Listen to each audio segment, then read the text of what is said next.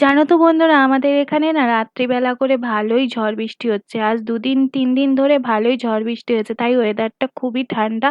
আর এখন বাজে প্রায় 5:30, আর আমি ঘুম থেকে উঠেছি 5টার দিকে। ফ্রেশ ট্রেশ হয়ে পাপোশ ছিল, পাপোশগুলোকে ধুয়ে ছাদে মেলে দিয়ে এসে এখন বাসি ঘর ঝাড় দিয়ে মুছে নিচ্ছি। আর তার আগে কিছু বাসন ছিল, ওগুলো ধুয়ে নিয়েছি।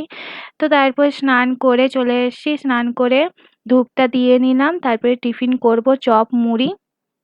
তো খাওয়া দাওয়া সেরে তারপর রান্নাঘরে চলে গিয়েছিলাম। সজা গিয়ে রান্না চাপিয়ে দিয়েছি। আজকে শাশুড়ি মা সবজি আর বাটনা বেটে দিয়েছিল।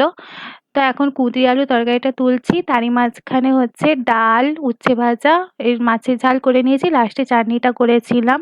তো রান্না শেষে বাসন ছিল, ওগুলো ধুয়ে দিয়ে তারপরে ছাদে চলে গিয়েছিলাম জামা কাপড়গুলো তুলতে। ভাত খাওয়া কমপ্লিট হয়ে গেছে। চলো আজকের আসি, আবার দেখা হচ্ছে কাল।